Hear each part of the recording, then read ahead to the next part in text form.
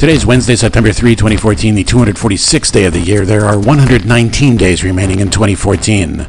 On this day in 1189, Richard the Lionheart is crowned in Westminster. We know about King Richard I, best known as the Lionheart, because of ballads sung and stories told of the Nottingham murderer Robin Hood, popular folk figure who first appeared in the late medieval period. At first, Robin's a common cutthroat, a rogue and peasant slave, laying low in his greenwood hideout with a particular agenda to bedevil the corrupt sheriff of Nottingham. Later, in the early 17th century, he becomes the more aristocratic exiled Earl of Huntingdon, Robert of Locksley. It benefits the sons of the rich to co-opt the outlaw hero to give him a girlfriend, the virtuous and lovely Maid Marian, because to have a hero with only merry men for companions takes somewhat of the edge off. And as a reason for his sociopathy, Robin Hood is intensely loyal to the Lionheart, who's away serving the Jesus, killing Muslims, themselves loyal to the defender of the Caliphate, Saladin, which fixes the history to the early 1190s and the Third Crusade. The main villain of the piece is suddenly no longer the weak-livered, wine-bibbing sheriff, but the pretender to the throne, Prince John, the youngest and least manly of Henry II's sons,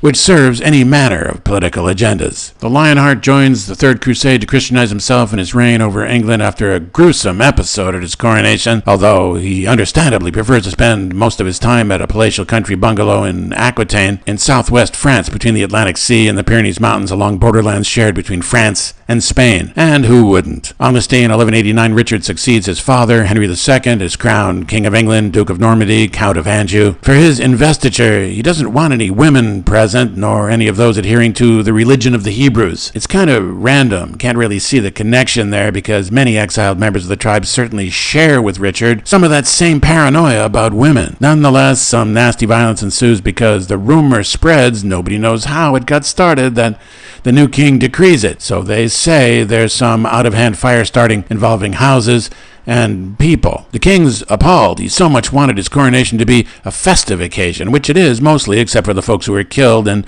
their bereft survivors. The Lionheart swears he'll do better, takes the cross seriously this time. He really means it this time and leaves England to go do battle with Saladin. On this day in 1752, Britain and the British Empire, including the American colonies, adopt the Gregorian calendar, losing 11 days. Also called the Western or Christian calendar, the system for more evenly dividing the year is introduced in February 1582 by Pope Gregory VIII. It's a reformation of the Julian calendar, named for and ushered into usage by Roman geezer Julius Caesar. 4 Catholic countries, Spain, Portugal, the Polish-Lithuanian Commonwealth, and most of Italy, adopt the Gregorian on the date specified by the papal bull Julian Thursday, October 4, 1582. Some countries decide to make the adoption gradual, spread through years so as to avoid the shock of just dropping 10 days at once. England and the British Empire, which don't adopt until 1752, by which time the correction has grown to 11 days, moved directly from Wednesday, October 2nd, 1752, to Thursday, October 14. After 200 years of hemming and hawing, they're in a hurry to get it over with. If you have an appointment to get your teeth fixed or the oil changed on the 3rd through the 13th, SOL, you gotta reschedule. Take a number. As no history is ever absolute truth, if there even is such a thing, rather a documentation of accepted individuals, sometimes conflicting accounts, a few English historians write that rioting breaks out in London streets,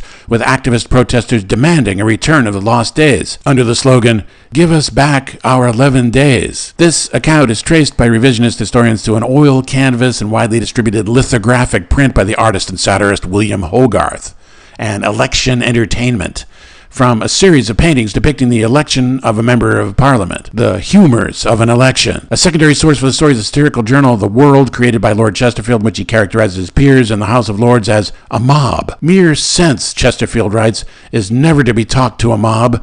Their passions, their sentiments, their senses, and their seeming interests alone are to be applied to. Understanding have they collectively none. In any event, the 11 days are gone for good, lost for all eternity, and you're never going to get them back. Forget about him. The American comedian Bill Hicks writes, if you want to understand a society, take a good look at the drugs it uses, and what can this tell you about American culture? Well, look at the drugs we use. Except for pharmaceutical poison, there are essentially only 2 drugs that Western civilization tolerates: caffeine from Monday to Friday to energize you enough to make you a productive member of society, and alcohol from Friday to Monday to keep you too stupid to figure out the prison that you're living in. From Rutland, Vermont, this is Richard Alcott speaking.